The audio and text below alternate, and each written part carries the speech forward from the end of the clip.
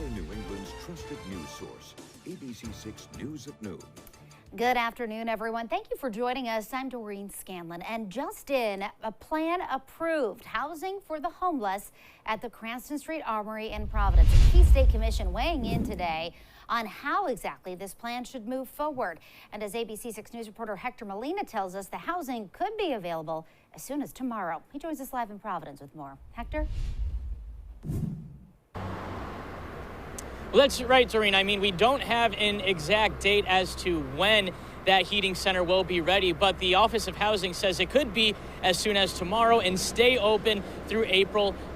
Not an exact time as to when it'll close, but sometime in that month. Now, the State Properties Commission approved the plan contingent on a few factors. Those factors include finding a homeless fund vendor to facilitate the on-site management, which would require the Office of Housing and Community Development to form a contract to hire that vendor.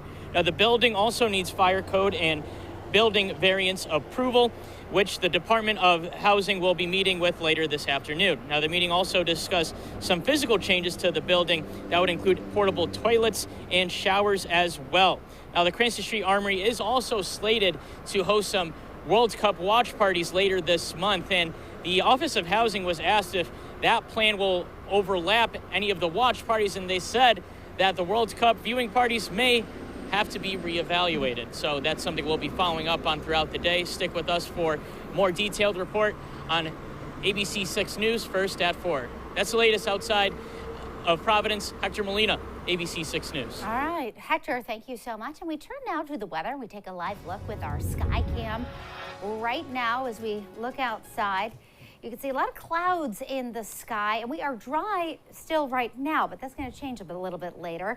Let's head over to Nick Morganelli. He is in the Weather Center with your first forecast. Hi, Nick. Hey, Doreen. That's right. We are expecting some rain, but most of this day is dry. You might see a couple of drops for the evening commute, but there's kind of a little filtered sunshine out there in the thin overcast. Let's see what's going on right now. Temperatures are climbing. We've got 54 in Providence. It was a chilly start in the 30s in northern Rhode Island this morning, but the coastline, you've been close to 50 all day today. South wind at 9, that's responsible for bringing in the milder air. Look at that, still chilly just to the north of Worcester and out by Springfield, Massachusetts, and points north, but we're getting into the mild air here. Newport is 52 right now. There are the showers off to the west. Right now they're sliding north and west of us. There's a couple of, in New York City it's starting to rain now, so some of that may get in. It's dry over us right now, so it's going to have a hard time reaching the ground. The raindrops will evaporate before they reach the ground, but I think we will see a couple of those drops come in this evening. So here we go. I'll take you through the evening. 6 o'clock, we start to see a few showers, and then the sky opens up. So after dark tonight, we're going to see the periods of rain come in, and it will be moderate to heavy at times through tomorrow morning's commute as well. Temperatures near 50 degrees right through tomorrow. And here it is, 1 o'clock tomorrow afternoon, a little break, but then another wave of rain will come in. How much rain? About half an inch to an inch overall. Here's 4 o'clock Wednesday. We continue right through Thursday morning, and we're getting close to an inch in some locations. So that's the way it looks. We're going to talk about the change in the weather pattern coming up in a little bit and see what's in store for us 7 days and beyond. Doreen? All right, Nick, thank you. We turn to today's headlines now, and a new report out this morning by the Advocates for Highway and Auto Safety graded the effectiveness of safety laws in each state in the country, and the results may surprise you, with Massachusetts being among the worst in the nation for roadway safety. ABC6 News reporter Yanni Tregelis is live in Seekonk, where he asked the police chief about the Bay State's failing grade. Yanni?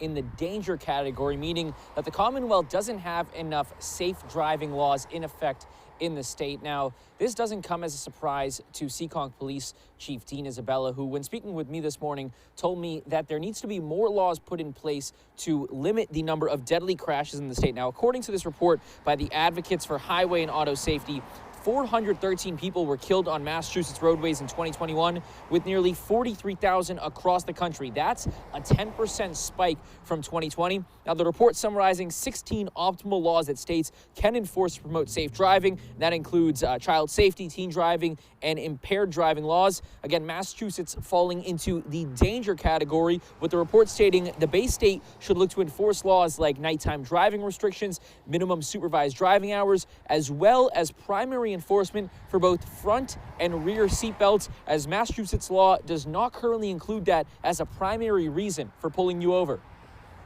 We're not allowed to stop you for that violation alone, which doesn't make any sense. I mean, if it's a violation, if you don't have your seatbelt on and we stop you and it's a violation, it doesn't lessen the violation if you're just driving around with it off anyway. So that needs to be cleaned up by the legislature. While Massachusetts received that danger grade, with the report recommending them implementing 11 new laws, Rhode Island, on the other hand, receiving a good grade. And Chief Isabella with a unique perspective. He spent more than 3 decades in the Providence Police Department, now as Chief of Seekonk Police. So he got a look at both sides of the states and their driving laws throughout his career. And coming up tomorrow at noon, be sure to tune back in as we dive more into these laws and his perspective on why Rhode Island got such a good grade and why Massachusetts fell into that danger zone. For now, we're live in Seekonk. Yanni Tregelis, ABC6 News. All right, Yanni, thank you. Well, tonight, Woonsocket Mayor Lisa Baldelli Hunt will be sworn back into office. This just a few months after she was ousted by the city council. They had voted 3-2 to remove her as mayor in early October after one councilor accused her of mismanaging city funds. Baldelli Hunt said at the time it was a personal attack, then ran for re-election unopposed. A few write-in candidates couldn't muster enough support to keep her from winning back the mayor's office. And the ACLU is celebrating a victory in a First Amendment case out of Pawtucket. The ACLU says it settled a lawsuit with the city over an ordinance that banned posting political signs on residential property more than 30 days before an election. That suit was filed on behalf of 2 candidates who eventually won their House races. Those candidates are donating the damages to the city agreed to pay to them to the ACLU of Rhode Island. And the American Red Cross says that it is helping one displaced resident after a fire in Warwick Monday. That fire caused enough damage to a home on Nasocket Road to displace that one adult resident. The fire started just after 4:30 yesterday. And it is a big day in politics. The high-stakes Senate runoff race in Georgia. Final votes being cast today. Incumbent Democrat Raphael Warnock and Republican challenger Herschel Walker going head-to-head. Both of them campaigning hard down to the wire. ABC's Rena Roy is in Atlanta with the latest. The polls are open and the stakes are high in the contentious battle for Georgia's Senate seat. Before a big game, I don't sleep because I'm ready. Are you ready to win this election? Democratic incumbent Senator Raphael Warnock and Republican challenger Herschel Walker campaigning across the state, urging voters to show up and cast their ballots. We're going to get out and win this election. Herschel Walker is going to be your senator, and we're going to get things changed. Warnock won more votes in November, but not enough to prevent a runoff. Republicans have this final opportunity to flip a seat, which would keep the Senate at 50-50. But if Warnock wins, Democrats would secure a 51-49 majority, which would make it easier to further President Biden's agenda, including passing legislation and confirming judges. Walker's campaign messaging focusing on tying Warnock to President Joe Biden. A vote for my opponent is a vote for Joe Biden. A vote for me is a vote for Georgia values. But Warnock is fighting back against that rhetoric. I am the 18th most bipartisan senator in the Senate. Warnock saying this race comes down to character, with Walker facing a slew of allegations in recent months, including domestic abuse, lying about his resume and his number of children. He's accused of paying for 2 women to have abortions, which he denies. More than 1.8 million people voted early, which is a record turnout, and the votes will just keep pouring in with polls open until 7 o'clock tonight. Rena Roy, ABC News, Atlanta. And still to come on ABC6 News at noon, a familiar face for Rhode Islanders hearing cases part of Providence's new driver's license restoration program. How Judge Caprio ruled.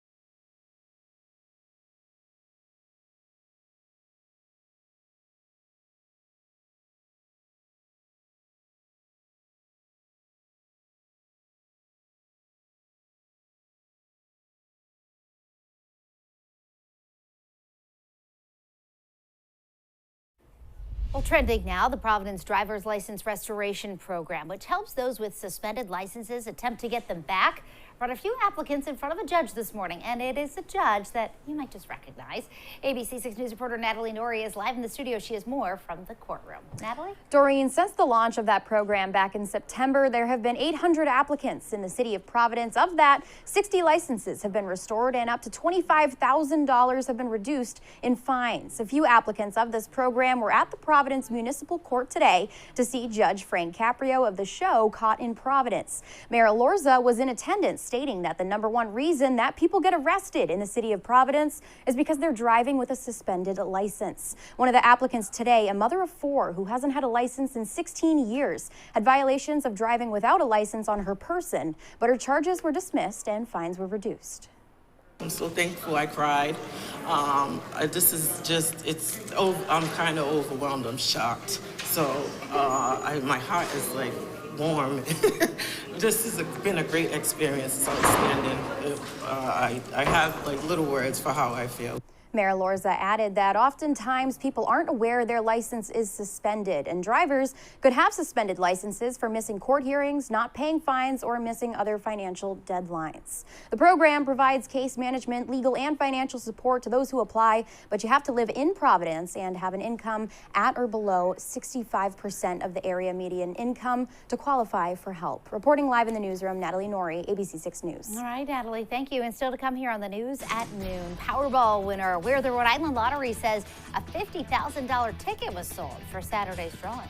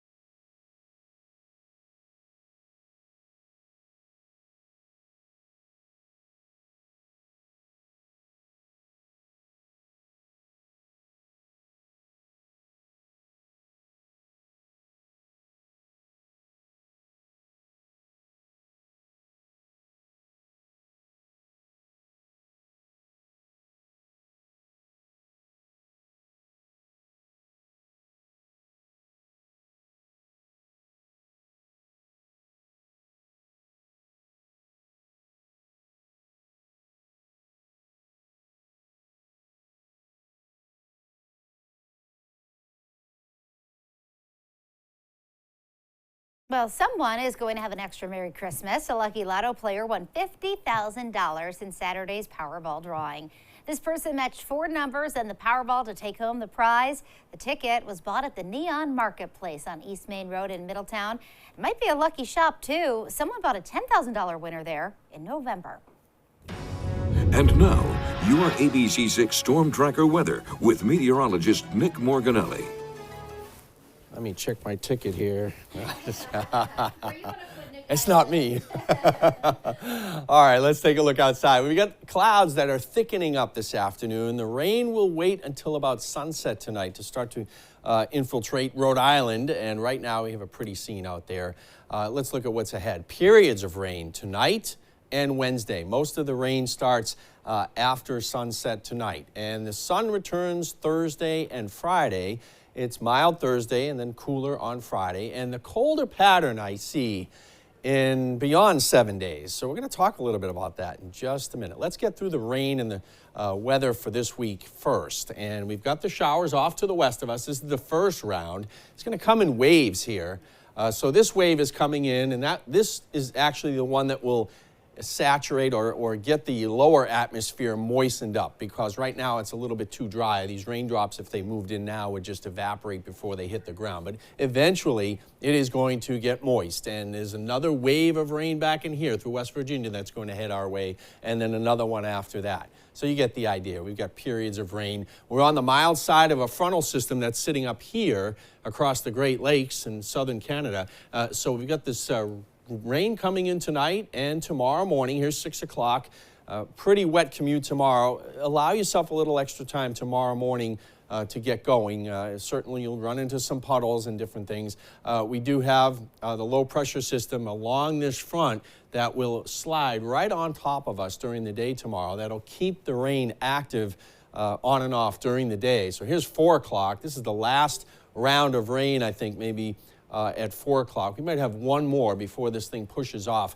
And this front clears by Thursday morning. It's off the coast, and we've got high pressure bringing in a northwesterly wind and clearing things out. So for tonight, 47, rain after sunset, southeasterly wind will continue to blow. And tomorrow it's 56 with periods of rain. Before I get to the 7-day forecast, let's talk about the weather pattern. This is the water vapor image, and you can see where the atmosphere is flowing, right? It's like this, and then we've got a little round, little kind of a scoop right up in here across southern Canada. So there's a circulation there. That is the Arctic boundary. So right around that line is the Arctic air. It's 13 in Billings, Montana right now. High pressure over the Gulf of Mexico. This is high in the atmosphere now. This has been predominantly the weather the last month or so. This high pressure has been keeping us mild. But watch what happens. This is a big low in the upper atmosphere over the Pacific Northwest. This is the pattern ahead. This erodes away a little bit.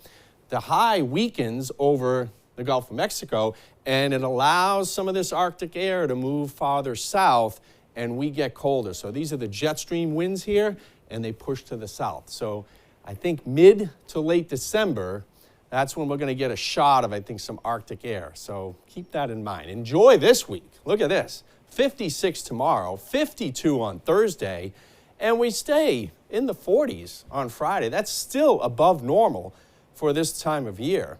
We drop back into the lower 40s over the weekend. It's a chilly rain this weekend coming up. Doreen? All right, thank you so much, Nick. Still to come here on the news at noon. Pick of the litter is next. And today we're going to meet Callie. This energetic pup is looking for a new home.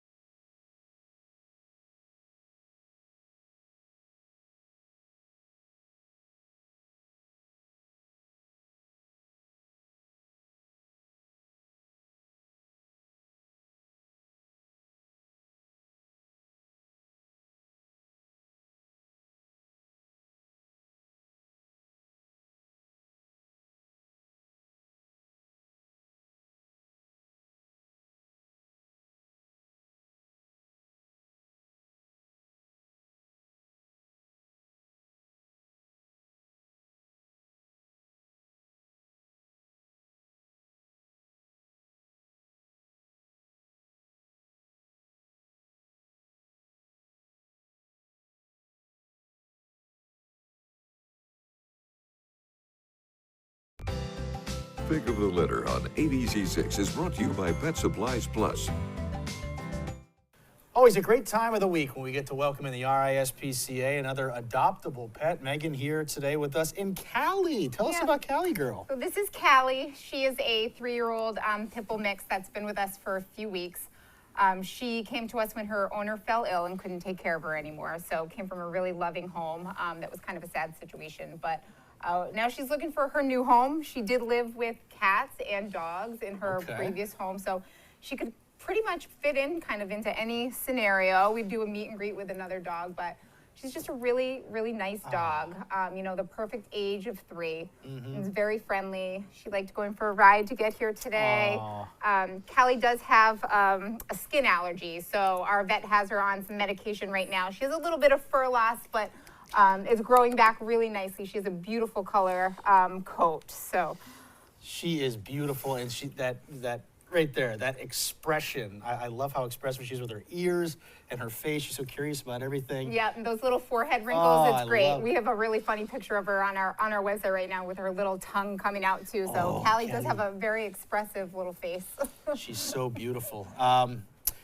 You said about good with other dogs. We're still unsure. Yeah, so she did live with other dogs. You know, but we would want to make sure if you did have another dog in your home that they did get along. So we do meet and greets with any potential adopters to see if it is a good fit. But again, lived with cats and then kids. I think she would probably be fine with as well. Yeah, she's just pretty adaptable pup. Well, it's a great time of year. If somebody's out there watching that would want to add a new addition to the family, Callie would be that perfect option. How can folks get in touch with you guys if Callie is the right dog for them? Yeah, so, and even if Callie might not be, you can go on our website. It's rispca.com, and you can see all sorts of other animals that we have available for adoption. So we currently have cats, dogs, ferrets, hamsters, guinea pigs, mice, rats. We've got it all. So yes, so go to our website and you can see who is available. Oh, there are so many options there. Megan, thank you so much as Thank always. you. Callie, let's get you home, sweetheart. Oh, you're so pretty. You're so pretty. For ABC6 News at noon after this.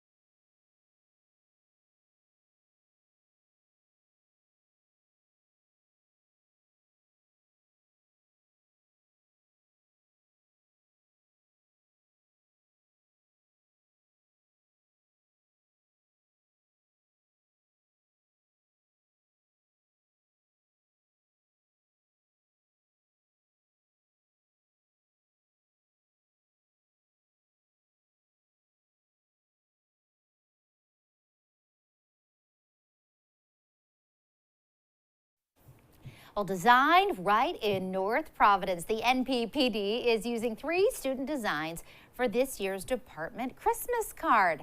Elementary and middle schoolers could enter, and this morning, the students at Stephen Olney Elementary School got to check out a full billboard of the designs, and the lucky winners were announced. The kids who made the 3 winners got a gift card to Target. I didn't really think of it. I just thought holiday and police, and that's just what came to my mind.